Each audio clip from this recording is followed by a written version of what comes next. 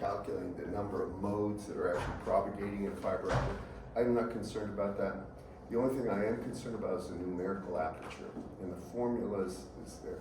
And something else, I am not going to ask you a specific question about fiber optics, so I'm telling you that you should be aware of it, but the main reason I'm not is because there's not enough depth to really give you a question that would require you to think and do engineering. It's very simple. It's got one equation, and I think it's sufficient to say that you understand that it's basically an index of refraction problem. So I'm going to move on from that. Now, as far as I'm concerned, we're done with that chapter. Slab waveguides and fiber optics weren't covered at, well, I guess the slab waveguide, he did a pretty good job on showing how to do it. But it's really, to go into the details of a lot of this, it's beyond this class. I'm level with you. I'd have to do, for sure, the solution of Maxwell's equations and cylindrical coordinates, as well as develop some more things with evanescent mode. And that's not really something that's part of this course. At least I mentioned it, but it's not the main thing. Anyway, now, with that said, I am going to try to do something to clean up this. And I'll ask you, do you have any questions about anything that, up to this point, before I get on to my next set of things? Anything at all?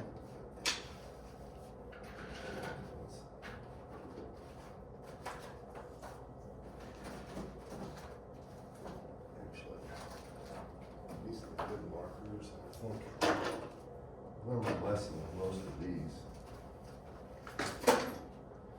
So, I hope these work. These are right out of the box. All right. The next chapter we're going to do is chapter 9,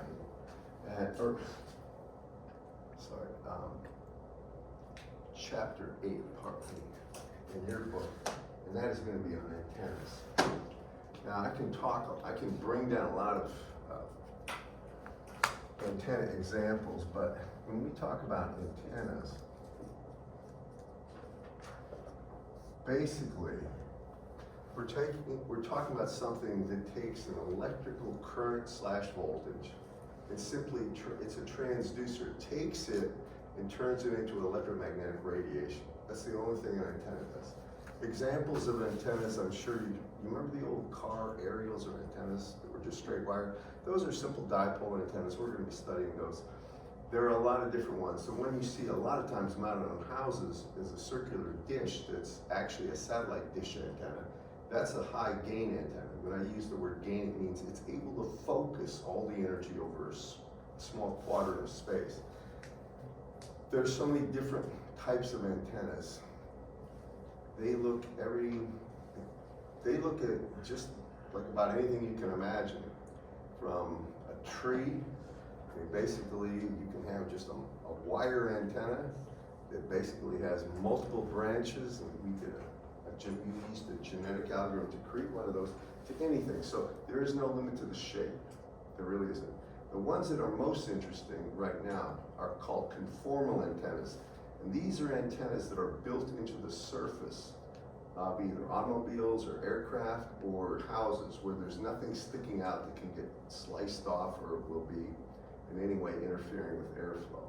And conformal antennas are very interesting, and they take some time to develop. But antennas in general. So in Dr. Wentworth's book, he shows you some examples of antennas. Do you mind if I just, but the real thing is he talks about the general properties of antennas first. We're going to do it that way, then I'll go and use Maxwell's equations to prove the electric field from straight wire antennas and a couple really primarily straight wire antennas. So if you have an antenna, this is the way we attach figures of merit on. Normally with an antenna, this doesn't represent just a straight wire, but it represents something.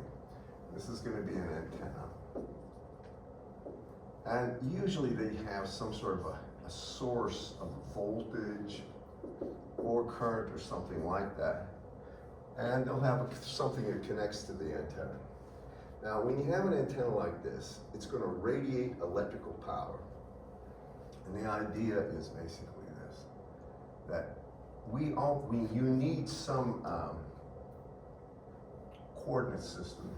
So usually this is in Dr. Werner's book, he's going to use the z-axis as a reference for angle. And he's going to say, if we come off the z-axis, this would be an angle theta, and we're going to be a distance r away, and we're going to say there's a power density out here. And this power density, P ab, is going to be very important to us. We're going to have to find a way to describe that based on the antenna properties and the power fed into it. So let me just show you something about this. The way they're going to go about doing this is first they're going to say if we had an isotropic antenna, it means it radiates in every single direction the same amount. So there's no kind of preferential, you might say, air or preferential theta and phi where it's going to actually radiate more. Now, I'm going to do this over here. So what I'm going to do is show you this. I'm going to come back to that. This is the way Dr. Wentworth starts his discussion.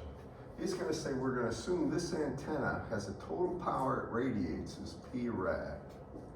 And this is, P rad is just the total power radiated.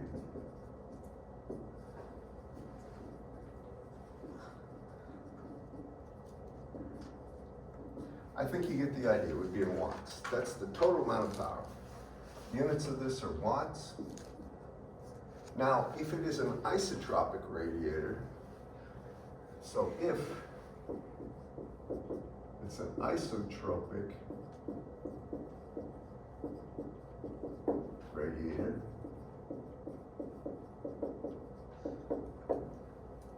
it means the power is going to radiate the same in every direction. So if you use this angle, it will have, that angle is going to have no bearing on it. And when we talk about the average power density out here, we actually call P ab, and then we put isotropic there. So there's absolutely no preferential angle or anything that it radiates in.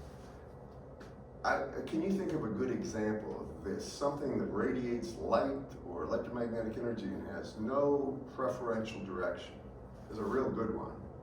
It's in the sky. The sun. It's the sun. If you think about the sun, I mean, there is some asymmetry to this, but it pretty much radiates the same in every single direction. It's a gigantic ball. It's having a nuclear event on it, but that's all it does, if you know what I mean. Everybody with me on this class?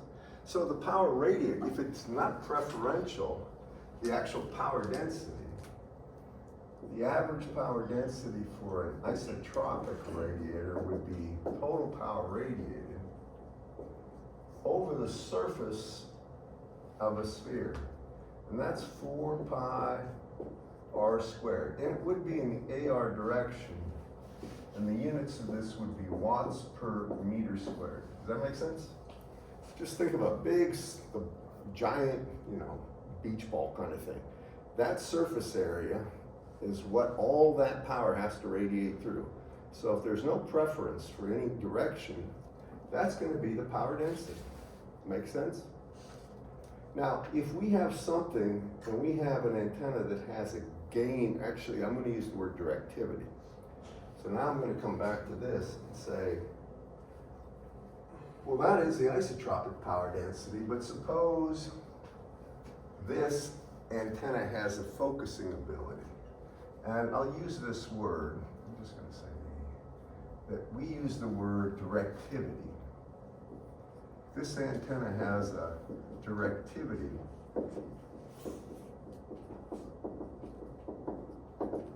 and the symbol is D, and D will be a function of theta and phi, possibly. Then the actual power density, if we have an antenna with a given amount of directivity, the actual average power density that would be radiated as a function of angle theta and phi will be then you do it this way. You take the total, remember what I'm telling you. Every single time you do it, think this way. Take total power radiated from the antenna, P rad, and divide it by 4 pi r squared. Now everybody knows that's the isotropic power density, right? Then when you multiply it by the directivity, D, which is a function of angle, now you get either the enhanced or depleted amount. In other words, where the antenna wants power to be actually radiated, it'll be greater than 1, a lot greater than 1. Where it doesn't want the power to be radiated, it'll be less than 1. But the thing about this is, if you look at this, we know the total amount of power radiated has to be P rad, right? So here's something. If that's the case, if we take this D and we integrate it over all possible angles, and I'm just going to show you this one time. If we integrate the actual directivity as a function of theta and phi, now I could actually, matter of fact, I hate to do it this way, but I am going to do it this way. I'm going to take this whole thing, that's the average power density, so if I take P rad, and this is going to be divided by 4 pi r squared. Remember, that's the average power density multiplied by the directivity, D as a function of theta and phi. Now I have the power density going at a given angle, theta and phi. When I multiply that by the differential surface, by the way, this would be in the AR direction. Then when I multiply it by the differential surface, that will be r squared times the sine of theta, d theta, d phi. This would be the differential surface of that sphere. Do y'all follow me in this class? It would be in the AR direction. Now you can see one thing for sure. And by the way, theta would go over the entire range of theta from 0 to pi. Phi would go over the entire range of phi from 0 to 2 pi. When I do this, I better end up getting P rad. If you think about this, the differential power going through a section, ds, of that sphere integrated over the entire spherical surface has to be P rad. If you take a look at it, it will. Let me just get your attention, I want to show you this. So, can you see how r squared cancels? Right there. Everybody? Now the next thing is, when you integrate sine of theta, d theta, d phi, over that range, do you realize you get 4 pi? How many know that? If you forgot about all this stuff over here, if you just integrated this over the total range, from 0 to pi and 0 to 2 pi, you end up with 4 pi. So I know basically what I'm going to end up with. I'm being a little sloppy with this. I'm going to end up with this whole thing going to P rad, and that's the point. It will be P rad. Now I got to tell you one other thing about this. It's important. When you look at this value for directivity, it really has to do with how much better that antenna is than basically no gain at all or no focusing ability. It's a figure of merit. You all follow me on this? So a good question is, how would you calculate that figure of merit? And that should make sense to everybody, because if you have an antenna, how would you calculate it? Well, if you knew what the electric field from the antenna was, you could get the power density. This is always in the far field. Do you all follow me on this class? It would be 1/2 the magnitude of the electric field squared divided by 8 naught. It would be in the radial direction. Then if you had that, you know if you integrate that over the entire spherical surface, you get the total power radiated. Do you all agree with that? And then, now just listen and I'll show you where this is later. Because you know the isotropic power density is P rad over 4 pi r squared when we just calculated P rad, we could back out the value of the directivity from that. I know I've said things here probably may have lost you, but what in essence it means, write this down. If the directivity maximum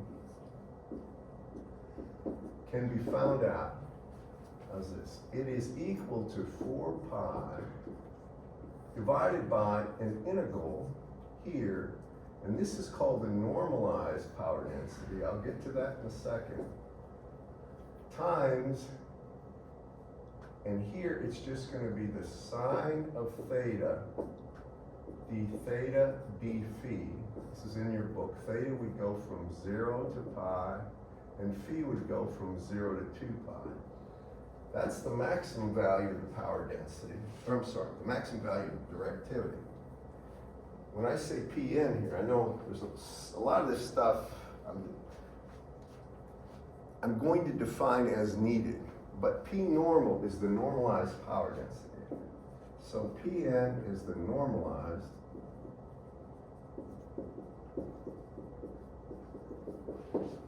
power density.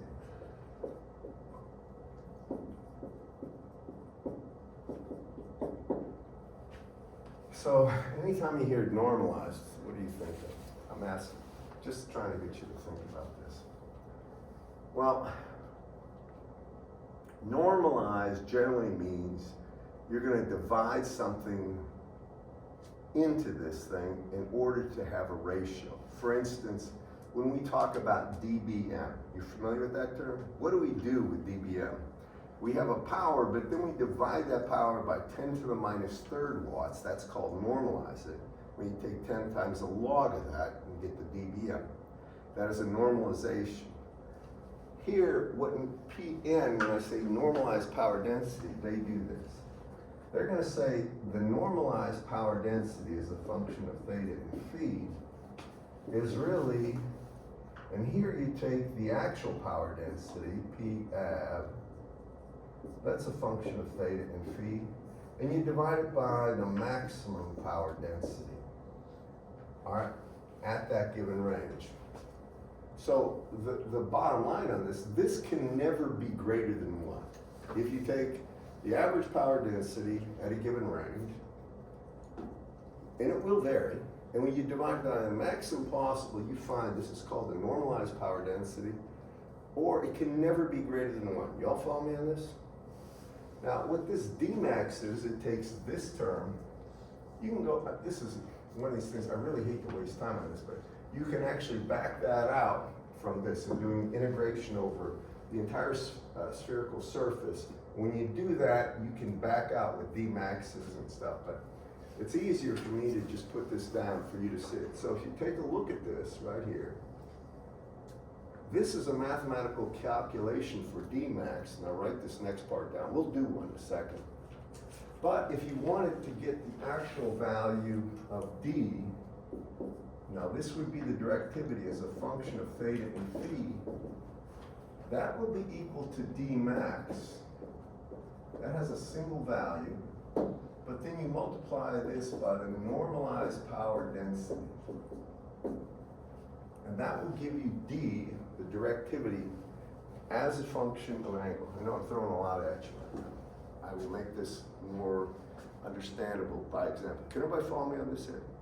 So it's just a figure of merit of the maximum value, and that variation is the thing how the normalized power density will give you the variation with theta and phi. Of course, there's so many questions, some questions you don't even know how to formulate. It's like, well, give me an example of a real antenna doing this. This is going to come in time, but let me give you something that they always start with. Suppose I did this.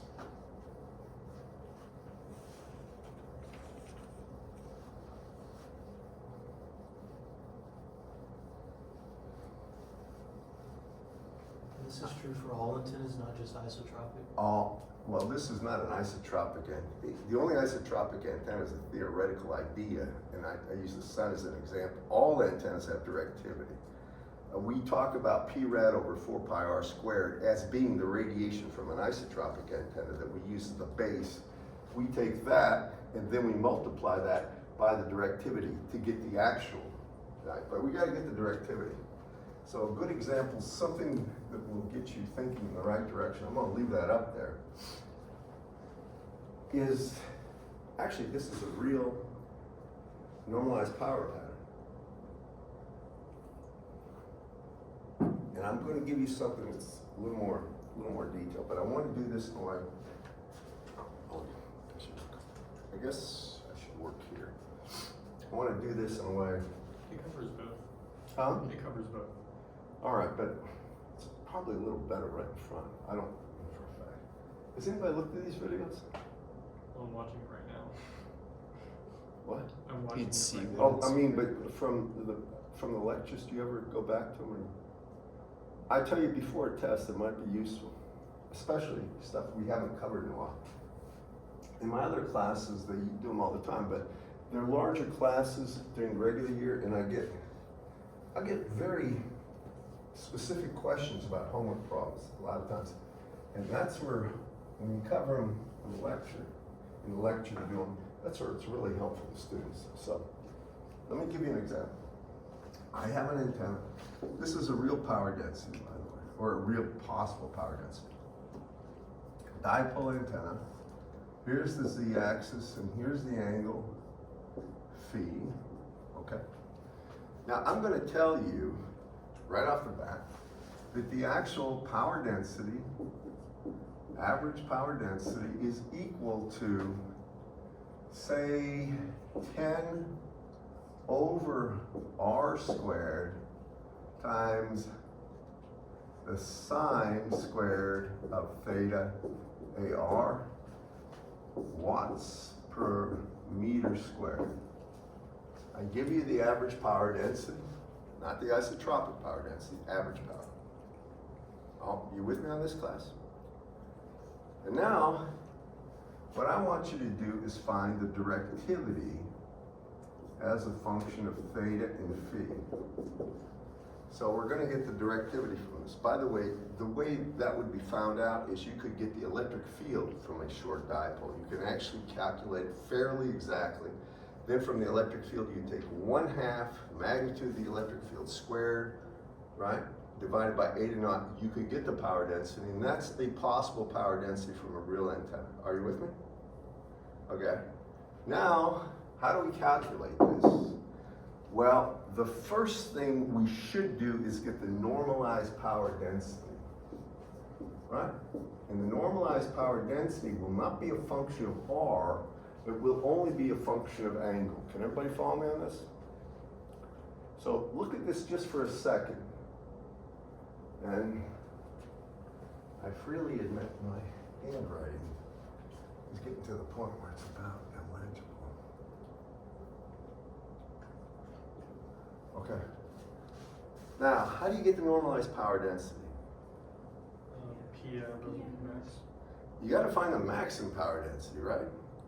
You'll notice that no matter what you do here, if I take a look at this and I want the maximum, I can't worry about R. I know R is gonna go away, right? But it's this, right? So at a given range, R, what would P max be? P av max would be 1. Can you all see that the sine value here squared has a maximum value of 1, minimum of 0? Can everybody see that? Since its maximum is 1, to get this, well, P max would just be, according to what I showed you, 10 over R squared, right? And that's it for maximum. Agreed? Now you're going to see R always just cancels. It never ever appears. So if I take this, I take the actual average power density, or I take 10 over R squared. Then I take the sine squared of theta, and then I divide it by 10 over R squared. What I'm trying to do is make you see the obvious features these things have. It's only going to be a function of that angle, which is the sine squared of theta. Can everybody follow me in this class? I want to make sure. From the actual power density of given, we get the average power density. Now, why the average power density is important, we can get D max, correct? Just hang with me, all right? So D max here is equal to 4 pi. And a lot of times they just call this the solid angle, but I'm gonna write it down. It's gonna be the integral from 0 to 2 pi, the integral from 0 to pi of, and here it's the normalized power density, or it's gonna be times the sine squared of theta, and it's times the differential surface angle. Now I'm gonna show you something. Typically, when you hear a d omega, this is called the differential solid angle. It's actually what it's called, differential solid angle. And the only thing it is going to be the sine of theta here, and it's going to be times d theta d phi. And the way I explain this is, if you think about the differential angle in spherical coordinates for a surface at a constant r, remember the differential surface was equal to r squared, right, times the sine of theta. Then it's times d theta d phi in the AR direction. Do you remember that at least vaguely, right? Well, you'll notice the only thing you're doing with this thing is you're getting rid of r to get this, and you get rid of the direction too. Y'all with me? So this is called the differential solid angle, and that goes here. I'm going to write the whole thing, but times the sine of theta d phi. Now, I literally put in this, but a lot of times what you're going to see is this is going to be an integral of p normal times d omega, but this is what d omega is. I'm writing it down because I think it's a little more clear when I do so. Everybody with me on this, class? Do you see this in the book, by the way, Elijah? Or not? Not this one. Yes. It's in there. I don't know the page number, but it's more important for you to see this, okay? So let's go ahead and do this, all right? Now, if you just look at this for a second, I'll do it right over here. The 4 pi is not going to change. That's there no matter what, right? Let me get your attention to it.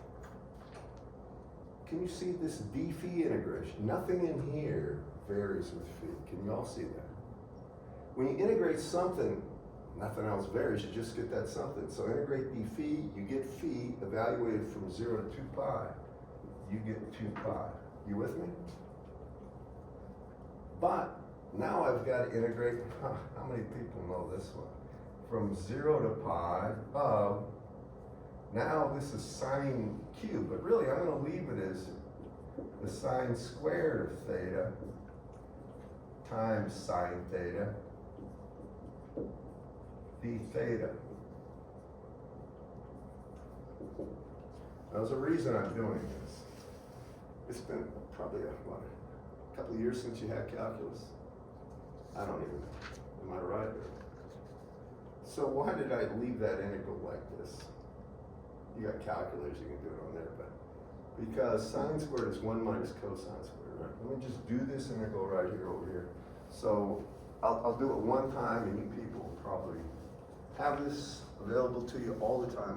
If you work it at one time, you usually can recall it. So the integral of the sine squared of theta times the sine theta d theta from 0 to pi is equal to the integral of 1 minus the cosine squared of theta times the sine theta d theta from 0 to pi.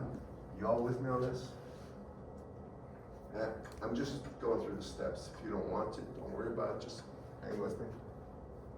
And that equals an integral of sine theta d theta from 0 to pi minus the integral of cosine squared theta sine theta d theta from 0 to pi. I hope everybody agrees, right? All right, so, and your calculators, I'm pretty sure can do this in a blink of an eye, I think. But I think they do it both symbolically and you can put hard limits too, so you can get anything you want in your calculators.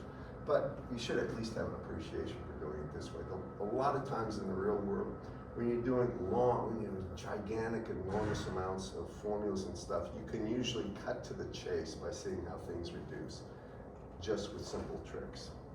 So this one, well, what is the integral of a sine? Integral of sine is minus cosine, isn't it? So it's going to be minus cosine of theta, right?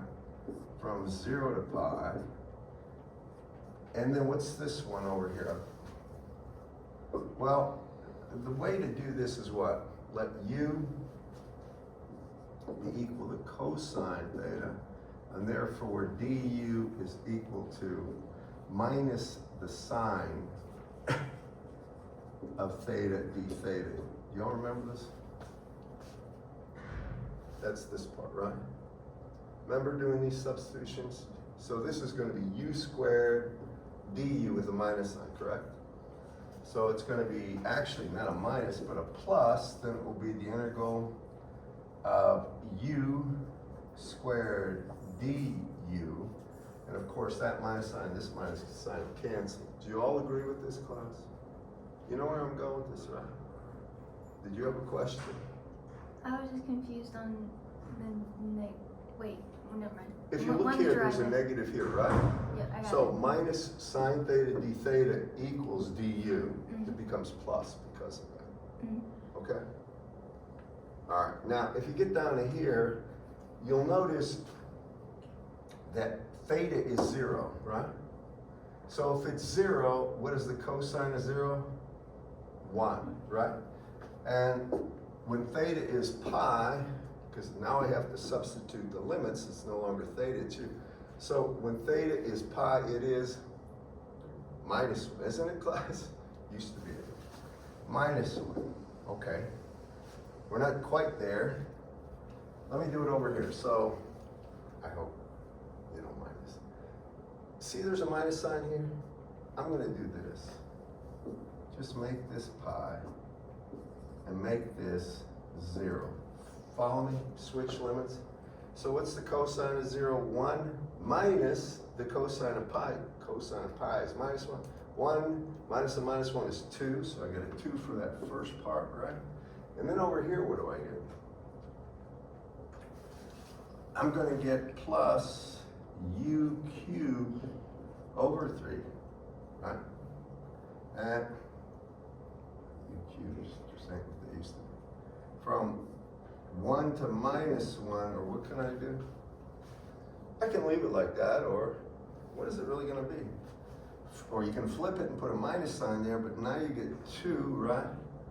Minus, and it's going to be 1/3 times 2. Can you see that? All right, because, you know, minus 1 cubed is still minus 1, right? And minus 1 cubed is still minus 1. And that means minus 2/3. Do you all agree with this?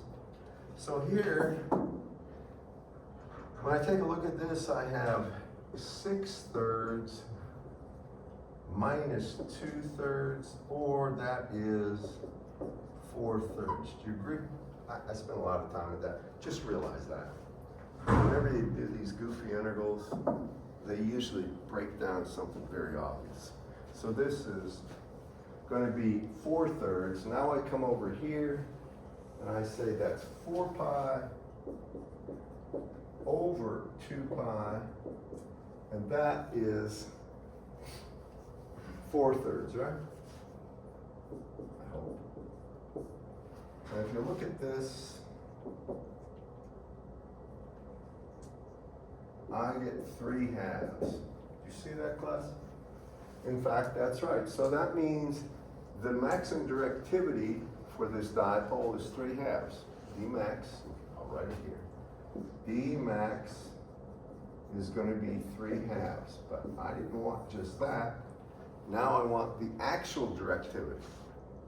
How do we get the actual directivity? Do you remember? D max times normal power. Normalized power. So this value of D is going to be D max, and I'll put it down, D max times the normalized power density, or it's equal to 3/2 times the sine squared of theta. Can everybody follow me on that? All right, just grasp what I said. And I want to show you the next thing we're going to get from that, because that should make sense. Now I want to say one other thing.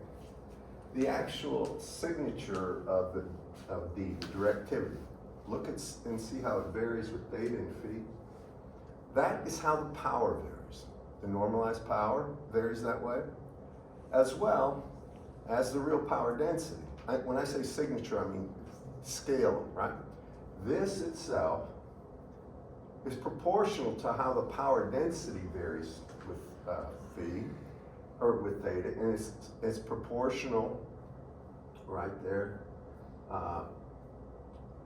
Well, power density and D, directivity, are directly proportional. Now, the reason I'm saying this is I want to introduce the concept of beamwidth. Have you heard of beamwidth before? Beamwidth is really something, it's like frequency bandwidth. It's the range over which the signal appears, most of the signal. So let me explain something about this.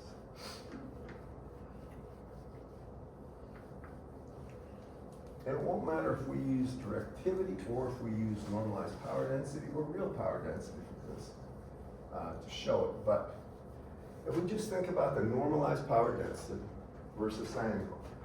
So typically what they do, if you have this short dipole right here, as such, and we take a look at a plot of, say, P normal here is the function of theta versus theta. There's two ways to render the plot. One is in a linear axis. Remember, theta can only vary from the North Pole to the south, or from 0 to pi. So I could do it with a linear axis, and I can say, here's 0, and here's pi. And now, the one thing I'm going to do is show you the normalized power density, which is equal to the sine squared of theta. Well, what does the sine squared of theta look like? At 0, it's 0, right? And then it goes up to a maximum value at 90 degrees, right? At pi over 2, or 90 degrees. And then it's going to come back down to 0, and that would be at pi. I didn't draw this right, but at pi. Do you agree with that, class? I mean, obviously, the repeat part is going to be just this way, but we're only limited from 0 to pi. Now take a look at that. And when we talk about beamwidth, first I'm going to draw it here. That's linear. This is the angle theta. If I was to sketch what I just talked about there, and actually sketch this on a polar plot. This is the way it's usually done, by the way. A polar plot would look like this. And it would, boy, that's I've never been a good sketch artist, but it used to be a little better. If you look at this, here's the 90-degree angle, and the polar plot will do this. And here's the maximum value of 1. Now, in fairness, because if we wanted to show you how the beam pattern was behind it, it would be symmetric. So it would look like this. If you looked at the antenna, this would be the radiation pattern. Can you all see this? So when they talk about beam width, there's two types of beam width they talk about. One is null to null. I don't talk about that. Most people don't. Null to null beam width is where it goes to its first null is at right straight up. Where it goes to its second null is straight down. Well, that beam width would be 180 degrees. Do y'all follow me? But the more typical beam width is called the half power beam width. And I want to write that down over here. And it's very common for people to do this. Put it over here. So, talk about beam width.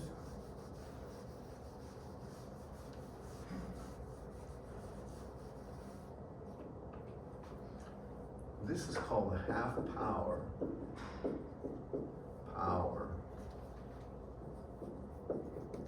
beam width.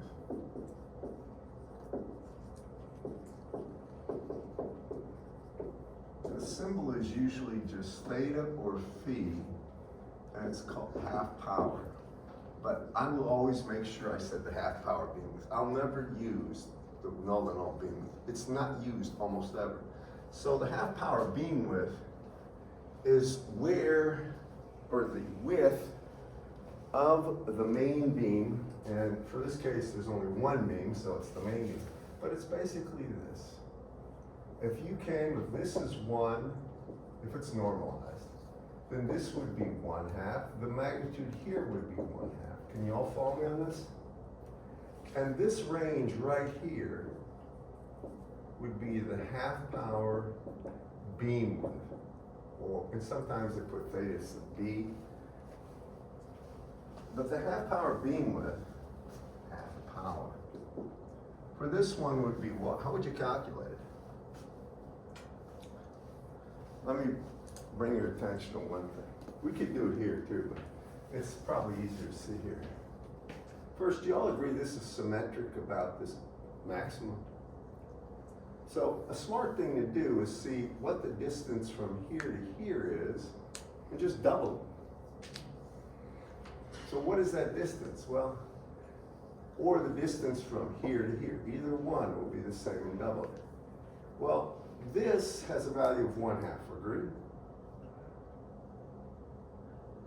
I want to make sure everybody sees it, right? So if I take 1/2 is equal to sine squared of theta, it's important you see what I'm about to do, then 1 over the square root of 2 would be equal to the sine of theta. Do you agree with that, class? And technically, if you wanted to be correct, it would be plus or minus that value, right? But if you look at this now, well, take the positive root. 1 over the square root of 2, well, that's 0.707 something, right? Inverse of that is going to be 45 degrees. How many know that? All right, so I can say this angle right here is 45 degrees. And by the way, this one would be 135. Right? It would be. If you take a look at that, the width from here to here is 45 degrees, right? But you got to double that. So the beam width on this one, the half power beam width, would be equal to 2 times 45 degrees or 90 degrees. That's not much of a beam width.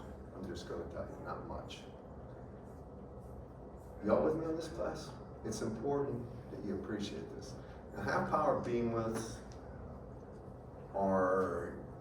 it's a very useful concept. And the narrower that beam width is, the greater the directivity is as well. Now, there's something else I got to tell you that he discusses this sort of later. But you know, directivity by itself assumes that all the power that is being conducted to the antenna is radiated. In truth, whenever you have copper or you have conducting materials, there is a loss. Are you familiar that anytime you have current flowing through metal, you're going to have an ohmic loss. You're heating the metal, it's inevitable. So they actually talk about something called the gain. And just write this down. This is the real thing you use almost always. The gain of the antenna has the symbol G. And the gain of the antenna is equal to the efficiency of the antenna. And just write this down. This is efficiency.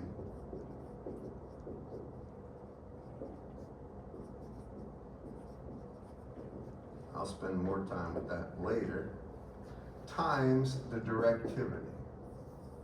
So the gain and directivity track each other identically. They're the same except for the efficiency. A good question should be, or at least something you're wondering about. So what's the value of the efficiency? For any antenna worth its salt or worth using, it's about 1. Almost perfect. Not exactly, but close enough where you don't have to worry about it. Now there are some, and you can have problems when you have impedance mismatches. So you're familiar with, if you have a load, if you got 50 ohm line, for instance, transmission, if your load isn't 50 ohms, you're gonna have reflected power. Then you get an impedance mismatch, and then the efficiency goes down. But the efficiency usually, almost always, they have the driving point impedance of that antenna the same as the actual coax cable or whatever it is that's feeding it, or waveguide that's feeding it. The problem is there's copper and there's metal. And anytime you have that, there will be heating in the metal. And that's where you get this small amount of loss. So typically you get 0.95, 0.995, something like that, very large values. When I give you problems, I don't even distinguish between gain and directivity. Unless there's a very good reason, I will emphasize it. The gain is not the directivity. Follow me? And has anybody worked with antennas in the real world with me? He may have, I don't know, but it's not here to ask. It's important that when you're dealing with antennas, usually what you get is a reference. You're going to get something that will show the pattern. And now I'm going to give you some problem. We'll do an example of something that has to do with beam width. But the beam width for this one I calculated. Let me show you one other thing too. And these are called side lobes. I'm trying to give you, expose you to the typical nomenclature, terminology that's used for antennas. So here we're talking about side lobes too. So if we have an antenna pattern, now I'm going to do this in really circular coordinates or polar coordinates because that's the way it's typically done. Doesn't matter what kind of antenna it is, but if I have an antenna like this, say, this is what the antenna looks like. It doesn't really, but and now I get something like this for the antenna pattern, where I have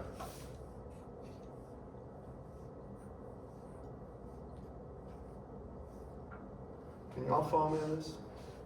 What I'm trying to do is show you, this is the actual power density, normalized power density or actual power density. And the measurement from here to there is a function of theta. Are you with me? Now, if you look at this right here is the main beam.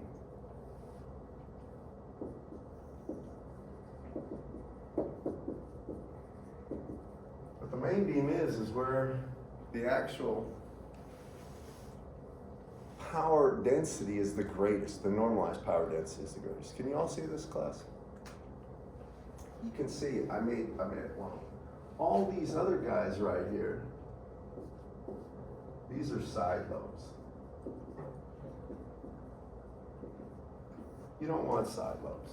The reason is side lobes are really scattering power in areas you don't want to scatter. Something else about this. For instance, if this is a radar, I want you to just hear me once you write this. If this is a radar, usually a radar has a main lobe, and you're scanning an area looking for it. If there's a target out there, you get a reflection from the target, right? So here I am scanning.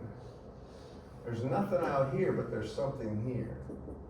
And even though the amount of power coming over this way is much less than that, if this is big enough, I'll still get a reflection from that back here. And I'll think there's a target there when actually the target is out here. Y'all with me? That's another reason you don't want side lobes. You would like to suppress side lobes. Now, that's where it's a trade-off. You can do a lot of tricks, and we will see with array antennas where you can suppress those side lobes.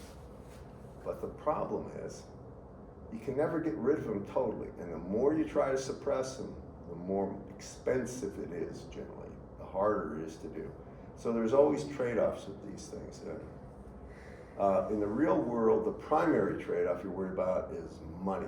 The government doesn't have to worry about that. If they're building a fighter, latest class fighter, they can spend a whole lot of money doing stuff. But if it's a civilian aircraft or in general navigational radars, anything like that, primary thing industries worry about is cost, because nobody will buy it if it's too expensive. So they want to figure a way to minimize side lobes as well as not increase the price too much. And that's a trick that we'll talk about later. There used to be a fellow here named Lloyd Riggs, and he worked for Harris. And that's one of the things that it's a company down in Florida that they do all the time. So that is the actual beam width business.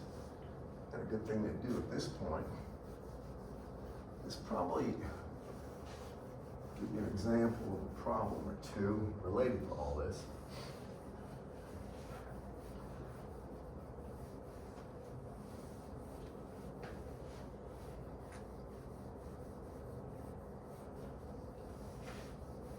And if I look in your book, can you go to the problems at the end of this chapter? My hands are a little black, and so one foot. Yes. Let me get my glasses.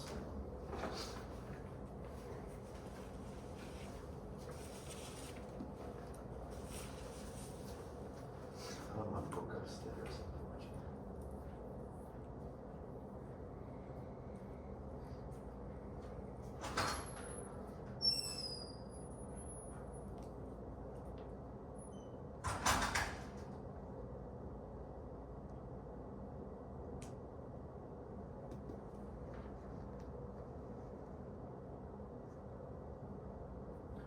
I'm going to do 8.5 and 8.6. I'm going to, oh boy, that's crazy one. Give me,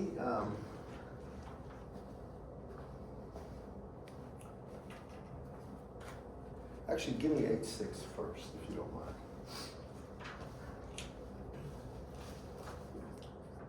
The normalized power is sine squared of theta and sine of phi over 2. Sine of phi over 2, and what do they ask for? Determine the beam width, direct Dmax, and pattern solid angle and directivity. Okay. Direction of maximum radiation density. When you look at this, the odd thing is this isn't squared, that theta one, or phi one, pardon me. So it's a little trouble. I don't like that, by the way. You can't have a negative power density, but I'm just saying he normalized it. If you look at this, it's kind of, this is a fictitious one. That should be squared, because power density normalized is always positive. But he didn't do that. Can you all see that? Because he has a sign. So that means it's possible to have negative and positive values of power density. You really shouldn't do that. You should have put an absolute value there, but he didn't. So if I have this, let's go after the Dmax first, okay? We've already got the normalized power density. So when I look at this, what is Dmax going to be equal to? We're going to get this. He asked for that, doesn't he? Class? X is 1. It's equal to what? 4 pi, do you remember? And then I have to divide by, it's an integral. And then you go from 0 to pi, 0 to 2 pi, integral from 0 to pi, right?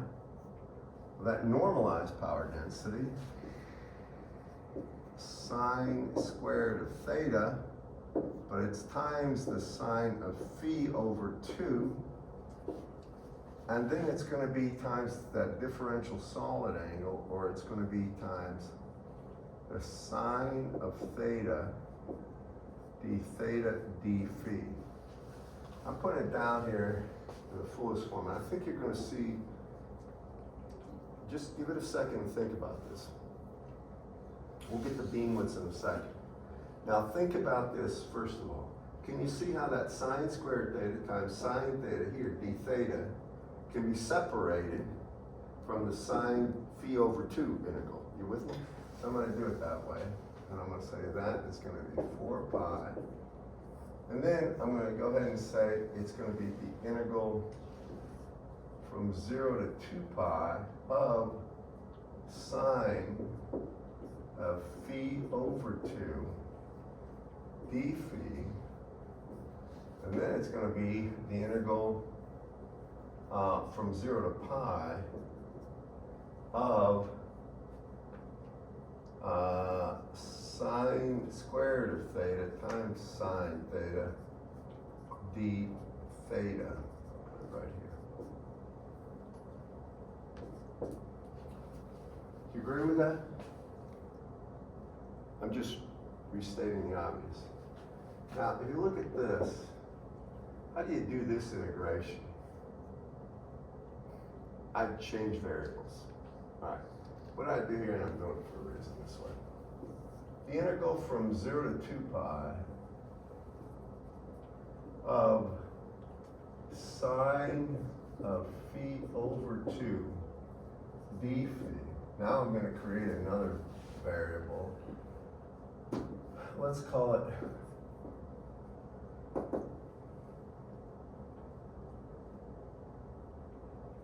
small gamma is equal to phi over 2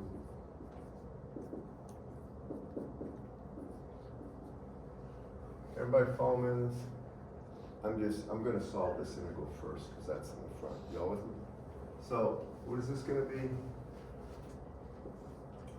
Now it's going to be equal to the sine of u, or maybe I should call it u. That way you won't be able to mistake my writing. I'll just call this u.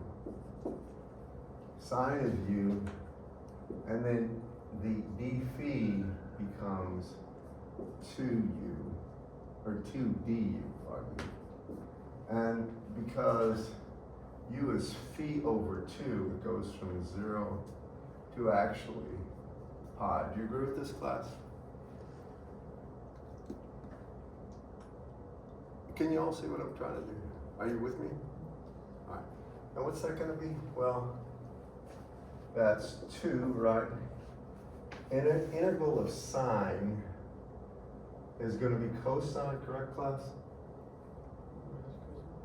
And when you evaluate at, so this is, I'm not a fan of this one, so this is going to be equal to 2 times cosine of u from 0 to pi, or it's minus 2 cosine of u from pi to 0, or it's minus 2 times 1 minus a minus 1, or 1 plus 1, or 4. So that's this part right here. Agreed? Is the integral of sine negative cosine?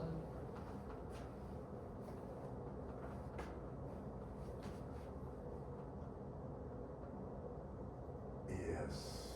So the first one would be negative. This should be negative. And therefore, this will be positive, and this will be positive, positive. Just making sure. No, you're right, you're right. And that's going to mean this is going to be equal to 4 pi over, and that's going to be 4. And then you remember what the sine squared sine theta, d theta integrated to? 3 halves. No, that was the whole thing. 4 pi over that. It's what? 4/3. 4/3, yeah. So this is 4/3. And that means the 4's cancel. Now I have pi over 3/4. Is that right, class? And I gotta say one other thing. If that's gonna be d max right there, then because we have the normalized power, the actual directivity, if that's correct. Is it 3 pi over 4? Oh, okay, yeah. Well, this 4's canceled, so then you flip to 4/3. I thought you said 4 pi over Maybe I did, but anyway, this should be right, I believe. So anyway, over here, the actual directivity, therefore, as a function of theta and phi, will be equal to 3 pi over 4 times this.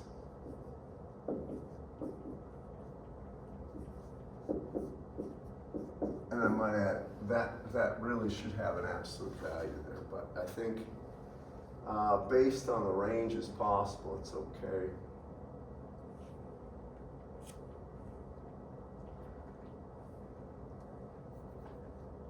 Yeah, it will be strict positive. Oh, wait a second.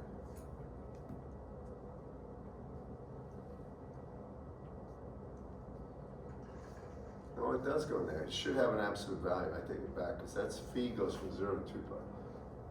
But that should be his answer in the book. Now, question about beam width. One thing you noticed here, in terms of angle, there's both theta and phi variation. You all with me? So that means the half power beam width is not one single value, but it's in two different planes.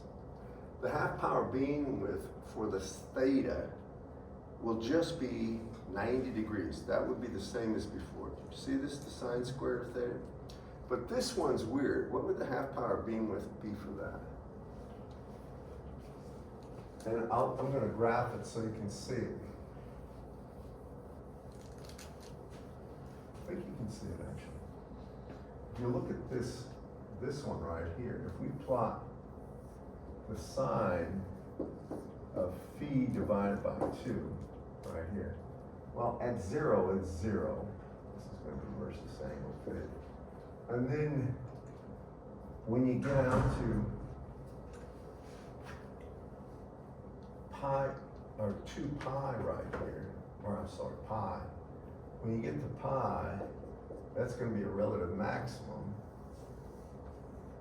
And finally, when you get to 2 pi, it goes to 0. Because that would be the sine, wait a second. Oh.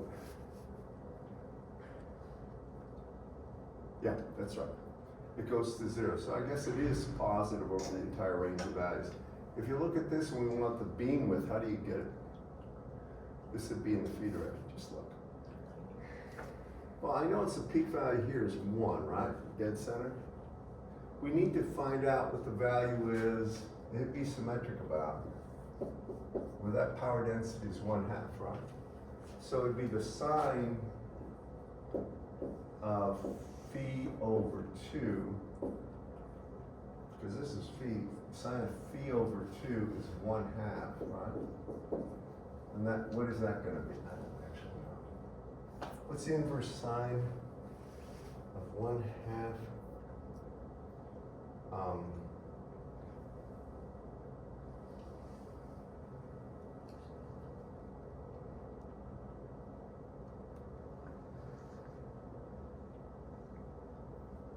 That's going to be 60 degrees, isn't it? Check. Anybody? Huh? I think you're right. It is 60. I think it's 60, so that means phi over 2 is equal to 60 degrees, or phi is 120 degrees, with me. Now this right here, dead center is 90 degrees, or sorry, 180 degrees, pardon me, 180 degrees. And 120 is back here.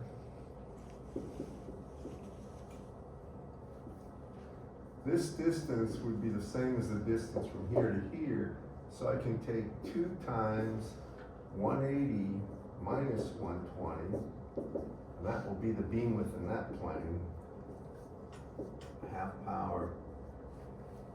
And so that's 120 degrees. So it's different in the two. The one in the theta direction is going to be 90. This one's 120. Are you with me, class? That's how you do that problem. Now, there's, that's normalization, gain bandwidth. In his book, can you flip back to the first section? Or wait, stop. Let me just take a look at what he does. Professor pattern solid angle. Okay, pattern solid angles, frankly, this. That's just the lower part of that. That's the integral from 0 to 2 pi. integral from 0 to pi of that normalized power density, so it's gonna be, we calculate this already. Sine squared of theta times the sine of phi over 2 times sine theta d theta d phi. That would be the pattern solid angle. And if you take a look at that, let's see, we did this one.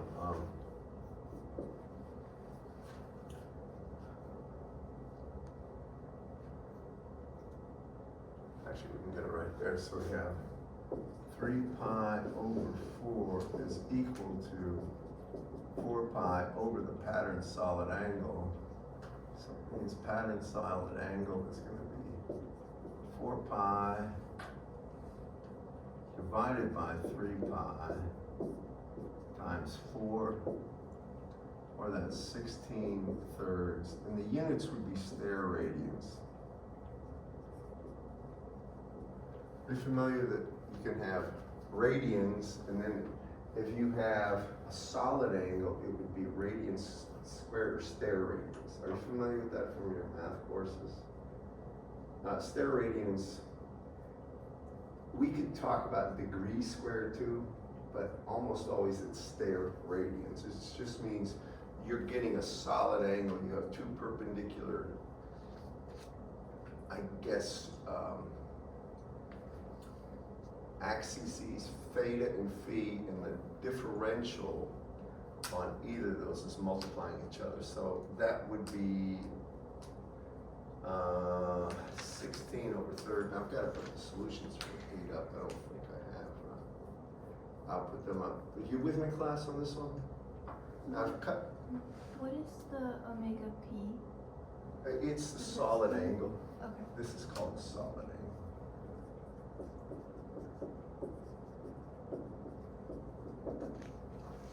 Okay. And that's it, honestly.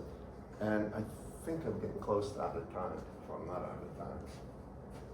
Probably, how much time do I have? I think it is time. It is time? All right, I'm gonna pick it up there next time. I'm gonna give you some homework. Please do it. And did you all see the solutions on OneNote? I put them up. You saw them? I wanna make sure they're there for you.